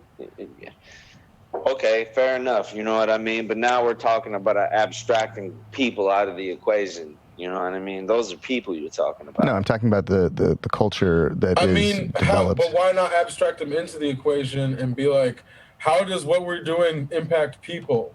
Yeah. And be like, instead of calculating how much profit we're going to make, let's see how many people we're going to impact and how many are going to be impacted positively, how many are going to be impacted negatively, and then start to determine, like, money after those things have been determined rather than money first, and then maybe get impact. But look, at that point you can get rid of money altogether, Chris. Because if you're calculating in that way, right, then we're all going to be better off, and the standard is going to be good enough for everybody. For sure, but the problem is that some people want to measure their work relative to something, so they need money. And I feel like the problem is the rich don't want to be reset. That's it. That's the only problem. But it's not even the existing rich. It's the idea of being elite, because they've absorbed every single revolution in the history of humanity into there still being an elite class. No, you're spot on, because the only people who benefit from not resetting the currency are the ones who have a mass accumulated. Those are the only people who benefit from not resetting our currency, or the people we owe debt to as a nation. Those are the only parties that China would be mad. China would be mad, but they'd probably be one of the first people in line, or one of the first entities in line for our new currency. So, Well, they've got to cash in on all of their interest in us. yep, They got to translate the USD to whatever US bucks or US coin. exactly right. They'd be the first in line trying to cash in their shit. So, and you can't like in the same way. Wait, is it CCP coin or is it Red coin? The one that China developed? They developed a cryptocurrency. Redcoin wasn't directly by them, but it was like there's like a few Chinese like Currencies that took coins off. That really took are off. developed by like Chinese companies, but then become nationalized. So, Yeah. So they already have a cryptocurrency, and at some point, I mean, it'd really be kind of amusing to me if the U.S. currency transitioned to whatever Red coin or CCP coin or. Well, but this gets back to like the United States should have more than one currency anyway. Every country should have more than one currency because there needs to be a national currency and a local currency that operates on different scales. Yeah. So it's like every That's an interesting concept. I remember you talking about that, talking about how $1 in New York versus $1 in Indiana, for example. It's the same reason this $1,200 payment is like, oh, it could get us rent and like a bill here, but it ain't even paying somebody's rent in California. Yeah. That $1,200 payment. And that That's discrepancy isn't actually taken care of by salaries. Well, I was gonna say that's a perfect example as to why one currency doesn't work for an entire like. The bigger a nation gets, the less one currency works for all those people equally. Yeah. And we can't. And we're seeing the perfect Well, example right now. that's the moment when socialism doesn't scale to this size. It has to be managed Nothing differently. scales. Nothing scales. Nothing scales. Yeah. Nothing that They only ever work. experienced in humanity scales. Yeah. You know? Nothing Well, scales. Pain and suffering seems to scale, Yeah. but yeah, But we didn't create that shit either. Well, Yeah, I mean, but in the same that's vein, true. so does happiness and joy. You know what I mean? So it's all growing exponentially. It's just, I don't know. I just feel like resources aren't being marshaled properly. oh no, not at all. I mean, I can't say that it's a statement of fact, but it just. But you can. No, you can, because as soon as they implement rations of toilet paper, the toilet papers are fine on the shelves. So you can say it is an issue of distribution. 100%. We have proof now. We have documented evidence in the real world to say, Well, as soon as people start rationing toilet paper, the supply chain catches up, and it was the fucking lack of rationing that gave us the problem. Right. I mean, even the stock market has a circuit breaker. What's really funny about the toilet paper thing is that it took a global pandemic and a toilet paper shortage for the mythical market to reveal itself and do some good and to regulate. I'm serious. Yeah. For the longest time, and we make fun of the market because it's like, oh, the market this, the market that. It's like, holy crap, the market actually responded. Dynamics thing. Well, I know, but it was funny because Kroger, literally the market, started to regulate itself. Amazon is literally a market, and it was like, hold on, these people are gouging. We're gonna have to suspend their accounts. It's all the same shit. It comes down to the same controls being needed. Yeah. You know what I mean? And there's things. Well, that's the thing. There's the market arguments isn't for what people both thought it sides was. because both sides are valid in certain circumstances, and there are circumstances that neither side is valid. That we need to have a frank discussion of what should actually be done. Yeah. You know what I mean? But instead, we're caught up in a right-left divide. Every country has a right-left divide, regardless of where their government sits on the spectrum. It's a right-left divide, and they're being played against each other. Yeah. Agree 100% there. That's definitely true. And they can't really divorce the conflict of ideology from the system itself because it's fundamental to how they solve these problems instead of approaching it with data. If only science had been developed before before politics, we'd have a different system. Well, It's the same shit I don't everywhere. believe that. I think Whether it exists in science too. whether it's owners of capital or controllers of capital in quote unquote socialist economies, it's always individuals benefiting. And it's never, like none of these ideals that either side talks about are ever being carried out in any practical, meaningful way. I guess healthcare is maybe one thing we can point to, but it's time for us to take a break.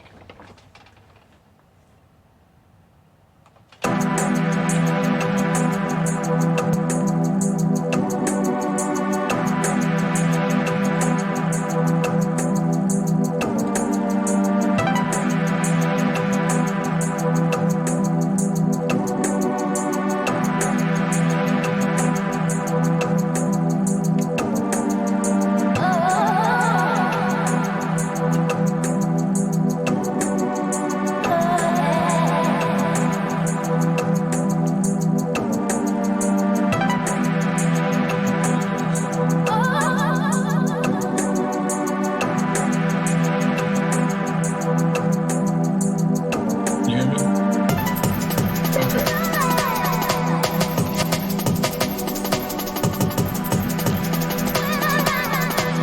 Yeah, this is called "Feels Like a Dream" by Johnny Hassel. do we have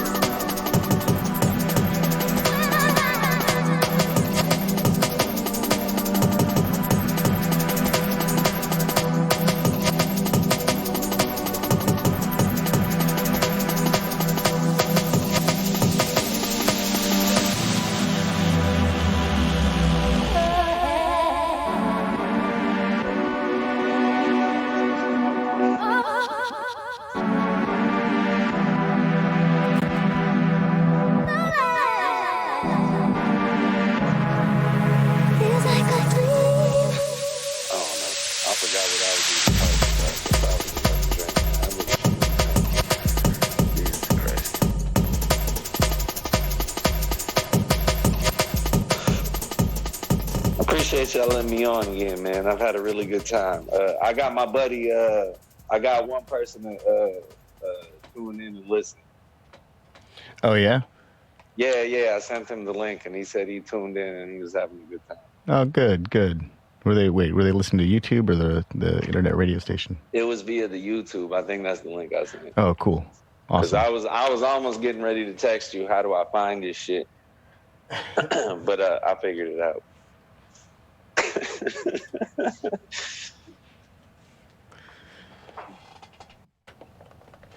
Yeah, there are two ways to listen to us, through YouTube on Sundays when we live stream, or through the archives that we keep on YouTube from our exceptionalrandos.com website, which I believe loads up new episodes regularly, and then on radiocallisti.org, which is one of our affiliates, and we stream to them on Sundays.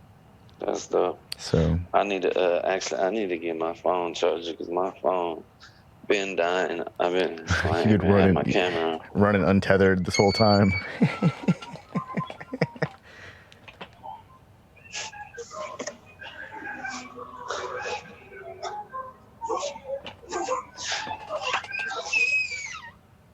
Courtney resting. She looked peaceful. Happy about that. Shit. Yeah, I've been untethered. Untethered, dog. You know, that's one of those things that I always thought was funny about mobile devices, because I remember having a cell phone, just a regular phone, and it had I think I charged it once a week, and I never plugged it in, and I would only plug it in one overnight once a week, and then I never charged it, and I never worried about running out of talk time, and I could always get a signal, and it was great. And then now I've got a device, and I've had, basically the same kind of phone for the last, God, however long they've been making these things now. And I got to charge it periodically through the day, or I don't use it through the day. It's like one of the two.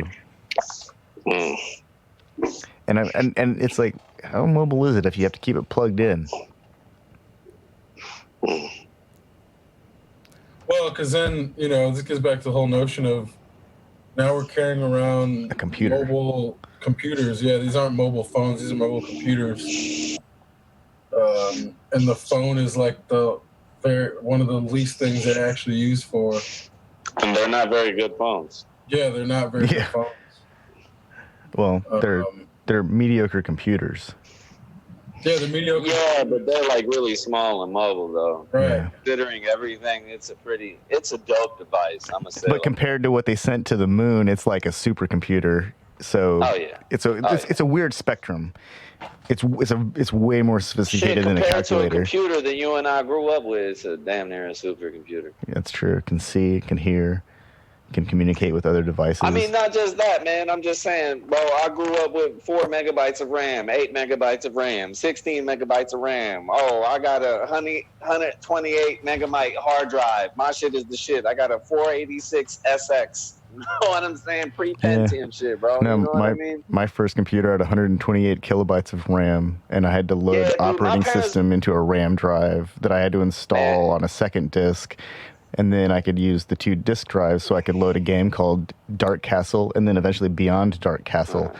And these Prince of Persia was my first game. Prince of Persia was great, but it was so damn hard. It was like 88. 88 is when I got introduced to computers. My parents bought one. Yeah. You know what I mean? And MS-DOS is how I grew up. You know what I mean? Command prompts is how I grew up. And all that shit. You know what I'm saying? That's just... Well, if you know I always how to wanted use to code. I was always interested in technology. It was always interesting to me. I think if you understand how to use a terminal or a command line interface, you can use computers in a way that people don't really understand until they see it. And then it's like, holy crap, what the hell's going on?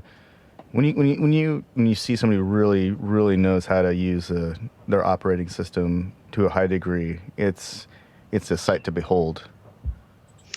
I mean, for sure, bro. All right, so on a slightly tangent topic, even when I used to mud, like I used to always want to be immortal because I didn't want to create levels just for the creativity of it. I actually wanted to code the shit. You know what I'm saying? That shit was interesting to me.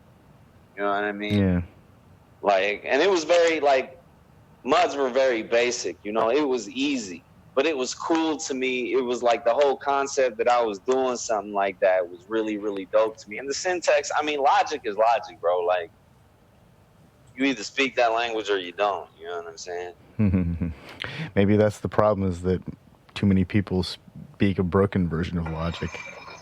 I mean, look, man, education is necessary and powerful. You know what I mean? Like, as much as we can shit on public education, like, no, man, I'm all about some public education. There's a reason, like, why we have literacy and literacy, bro. You know what I'm saying? People aren't that good with critical thought, but even like, it was still a step in the right direction. It's no longer what is needed. You know what I mean? Yeah. We definitely need to take another step. You know what I'm saying? But like, you know what I'm saying? My father been teaching people, bro, for decades, bro, and he's good at it, and he does a good job. No, you know what I mean? I agree. I think we're at a very critical juncture where we can actually reconsider the way education is delivered, and we need to reconsider work and what jobs are and what those things are, because it turns out that, you know, everyone that, you know, a significant portion of the population decided isn't worth $15 an hour is essential. And I know that I sound like a fucking meme right now, but these are very real concerns that have emerged from the ether of the internet within the last, 2 weeks, and they keep getting echoed. I mean, it's about time. Yeah. Well, it's the truth. It's that people need to realize what kind of lives they live in and what kind of society we live in, and who actually is doing the type of shit that you interact with on a day-to-day basis. Yeah. Yeah. It's not all this other shit. Like, I look at myself, the only reason I have a job right now is because corporations are still paying out money to run their IT projects. I'm non-essential as fuck. As soon as they feel that they don't need to do that anymore, there won't be a job for consultants. Yeah. Yeah, no, you know what I mean? I go to the gas station down the road, and there are like 9 people that are always working. That work there regularly, and I'm pretty sure I know all of them. I've seen them all, and they all know who I am because I'm the Asian guy that lives up the road. And they don't have gloves, they don't have masks, they have a sink and soap. And so they're not accepting cash right now. They're only accepting credit cards. And, you know, that's fine because they don't have to touch the credit card. They're not doing great, but they're not doing as bad as they could be. God, it could be a lot better for them. But, you know, they work at a gas station, and that's an essential role. And I mean, yeah, man, it really is. People really need to consider how they live their lives. Well, people want to like talk about, if we do digital currency, it's the mark of the beast. But it's like, man, I don't want your cocaine and feces covered currency right now. Fuck that shit. Man, I don't even want some cashier to touch my driver's license. Let me scan that myself, and it'll show up on a screen, and they can look at it. But don't touch that. They don't need to handle that. Right. You know, if police want to see a license, you know, we should have to hold our license up to the glass where they can scan it, so we don't have to break the seal on our vehicle and expose ourselves to whatever bullshit that they've been walking through all day. Because I don't want to breathe that crap in. Fuck. And those guys are out driving all over the place because that's their job, to drive all over the place. The exact thing that the shelter in place order is like, don't go driving all over the place. If I get pulled over, I'm just gonna cough on everything. You just start coughing. Dude, they gonna label you a terrorist, bro. No, you just gotta be like, I'm on my way to the doctor, and just keep coughing, right? Like, I can't terrorize my shit. This is my license. I'm coughing on my license. Okay, yeah, right. Just don't cough on it. Yeah. All those dumbass people making TikTok videos, licking stuff in the grocery store and shit. They got some terror charges, man. Yeah, no, there was a guy that is getting charged with bioterrorism. I just read about it. Yeah, fucking assholes. I've read 2 or 3 like that. Yeah, I mean, yeah, for sure, bro. Like straight up. But a terror charge, that's the end of your life right there. Goodbye. Yeah. You're not going to be employed anywhere ever doing anything. Well, anything interesting. They might be able to shovel shit somewhere. You might as well live in prison for the rest of your life with a terror charge on your record. Right? Yeah. Hey, you are not paying your debt to society. You will never pay your debt to society. It says terror on there. Somebody read that on a job application, you think they're going to give you a job? Oh, no. No, nobody in their right mind would hire somebody like that for a normal job that has any kind of public face. You're going to go work with the illegals for $3 an hour. Potatoes out the ground with your hands, you know what I mean? Then you're going to know. Plus, no country will take you. Woo. Because I'm just saying, yeah. No, dude, seriously, that's like a dishonorable discharge. Yeah, straight up, you can't go anywhere once you do that. Like, what country is going to be like, yeah, we take people who have been convicted of like bioterrorism? Yeah, they won't even let you in Canada if you got like a DUI or some shit. Yeah, dude, they almost didn't let me in Canada. I was going up there for work. Man. I was going up there for work, and they told us we didn't need any paperwork. And say this at the border, you just going up there for meetings, which we were. And I went up there, and the dude, I'll never forget it. It was a little Quebecer dude named Gerard. And Gerard was like, why don't you have this paperwork?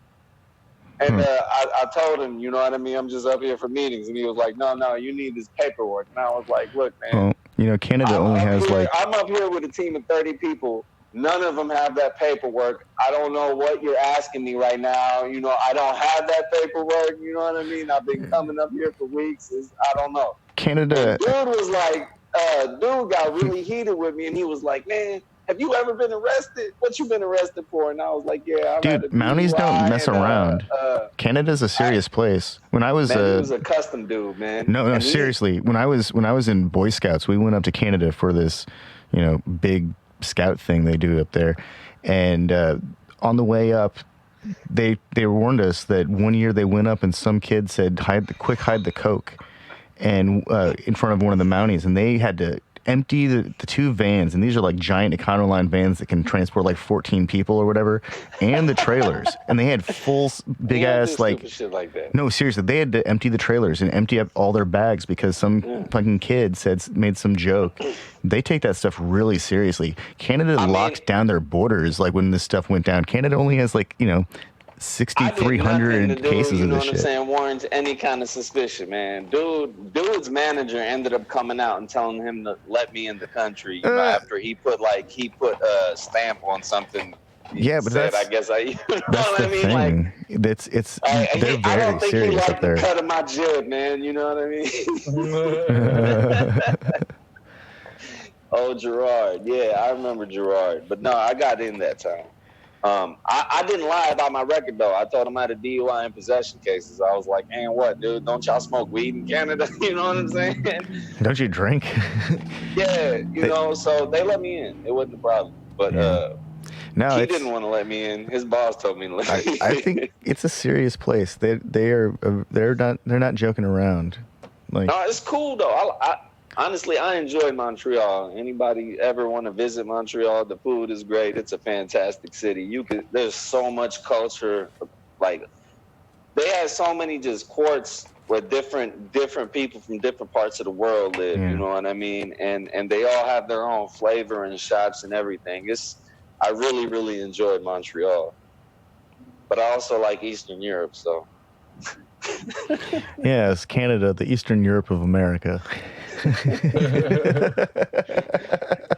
Basically, yeah. But it's really nice. It's a great place to visit. I had a great time up there.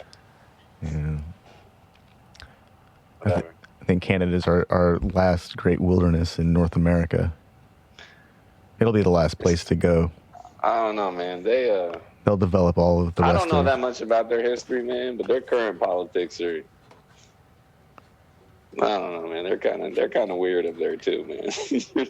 I don't think that. They on that socialism badge and everybody's cool and shit, but they're not really that cool towards the natives. And I don't think. Still like, They're racist and yeah, dude. You know what I mean? They're still like Canadian federal government over everything. You know, if you're talking some shit that's not Canadian federal government shit, yeah, you better not be talking that shit.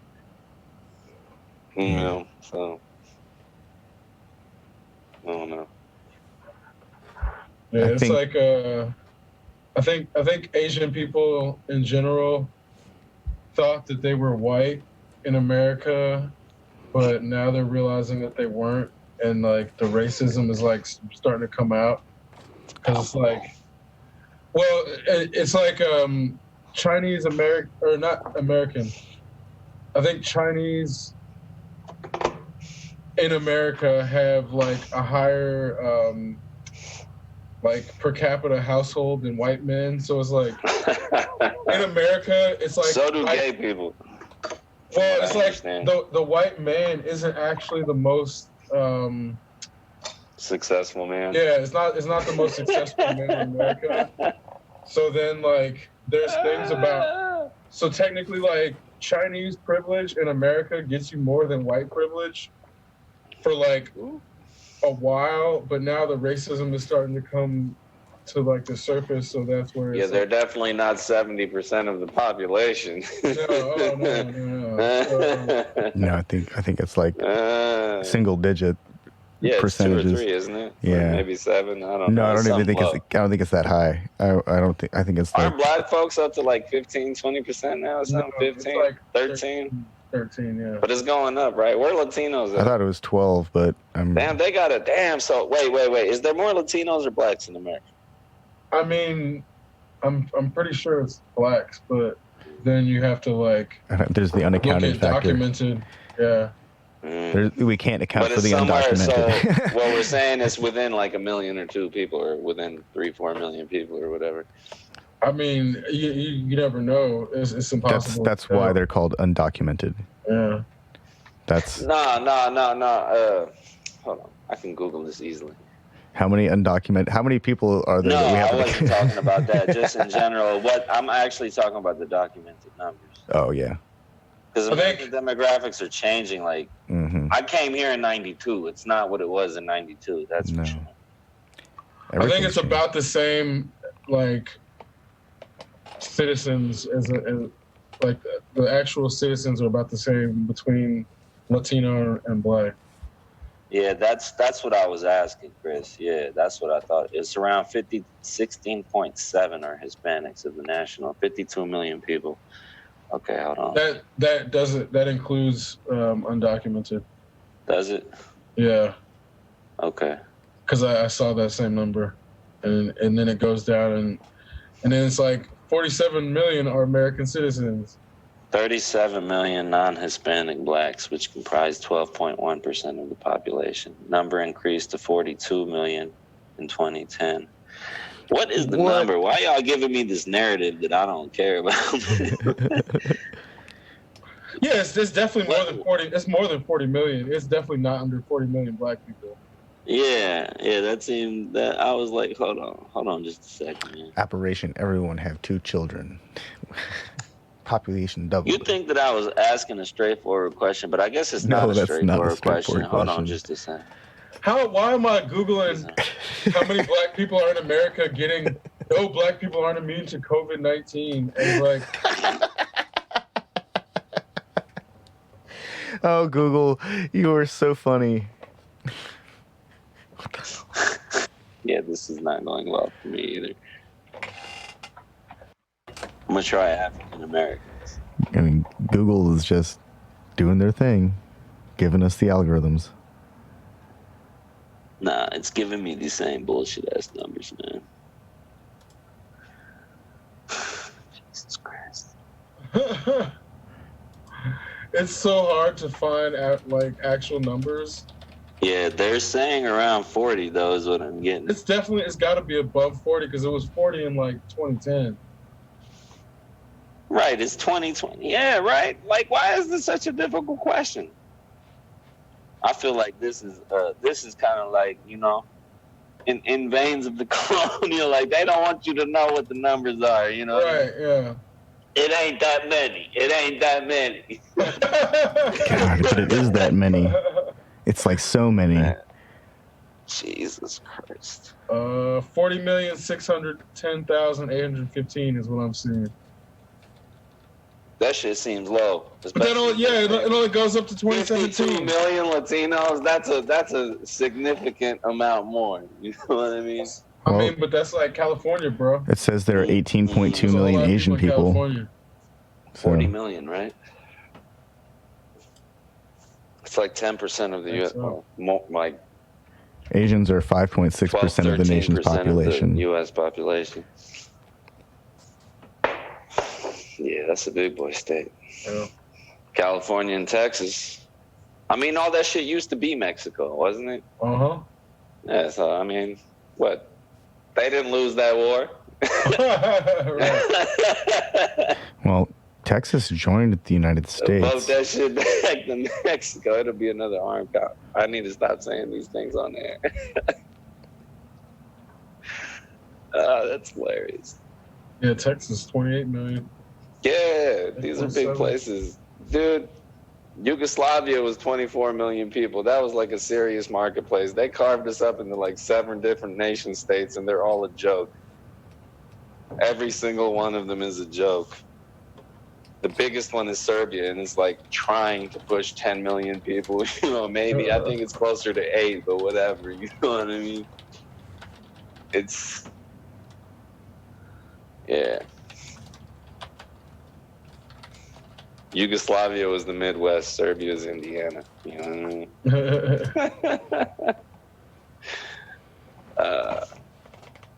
I mean? How many other places have changed their names since, like... It's actually interesting. I talked to my dad about it, and he said, you know, what happened and the way that the nation, you know, splitting happened was basically a result of German imperialism or colonialism.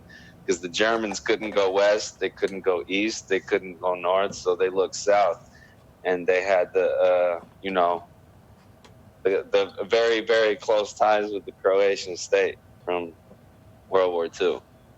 So it was a natural, you know, we're gonna go down here and make things better for these people type of invitation. Make things better.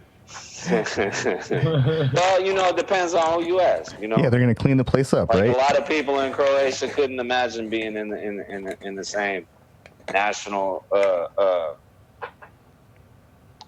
organ as together with Serbian people. You know what I mean? It's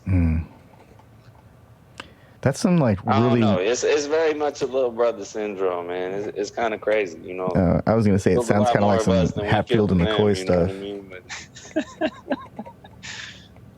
European But as Hatfield you and know, McCoy. in the whole war that happened in the breakup of the country, you know, we got labeled as ethnic cleansers, but like 250,000 Serbian people got moved out of Croatia real quiet without a shot being fired, and nobody said anything about that. Like, you can Google that shit on Wikipedia, is there, but you know, nobody ever calls them that. You know, too bad we're not Catholic. I think that's just one of those. What side of the table you're on?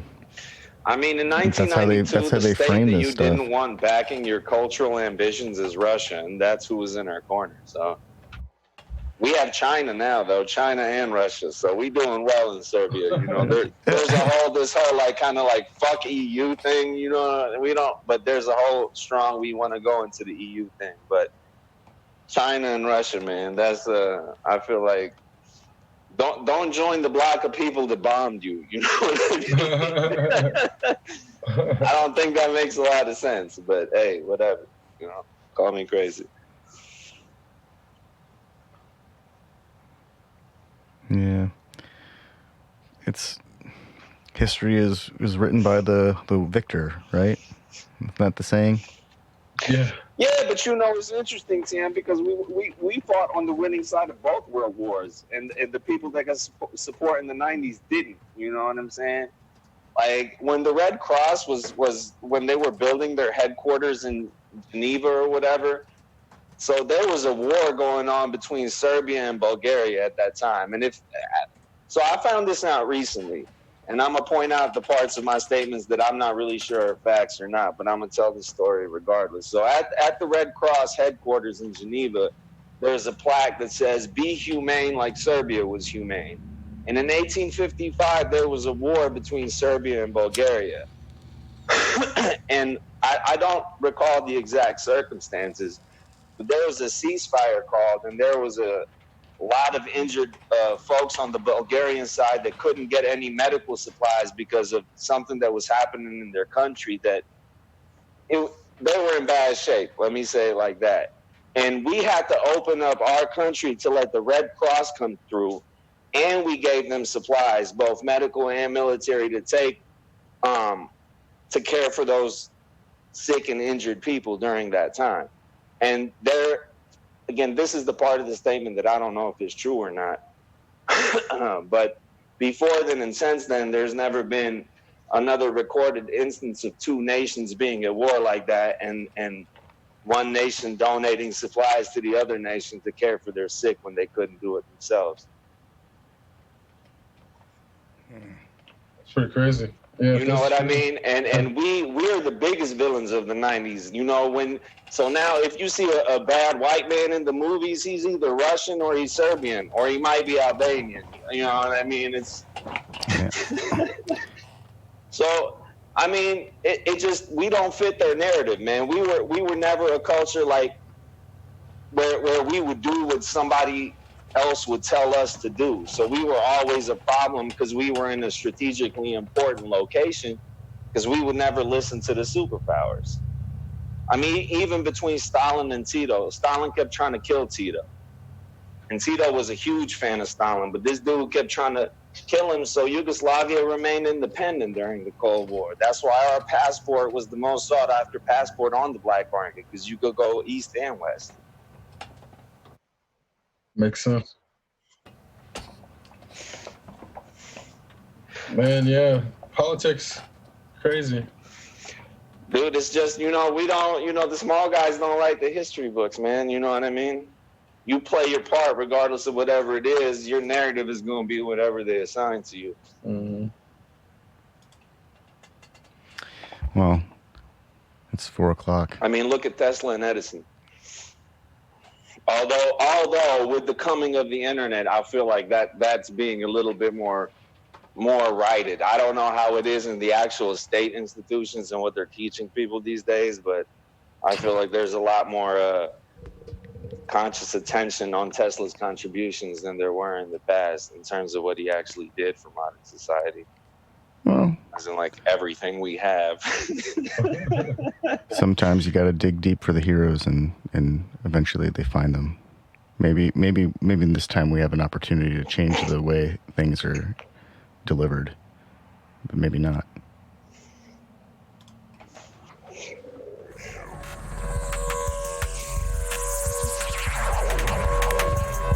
Exceptional Randos Show is produced live in Sunroom Studios' Base Capsule and in partnership with KLST 103.5, RadioCallisti.org. Remember to catch our Exceptional Randos live stream on YouTube every Sunday between 2 and 4 p.m. Eastern Standard Time. And if you have a story, idea, or question that you would like to share, we want to hear from you. Thanks for listening. Well, that was random. Exceptional radio.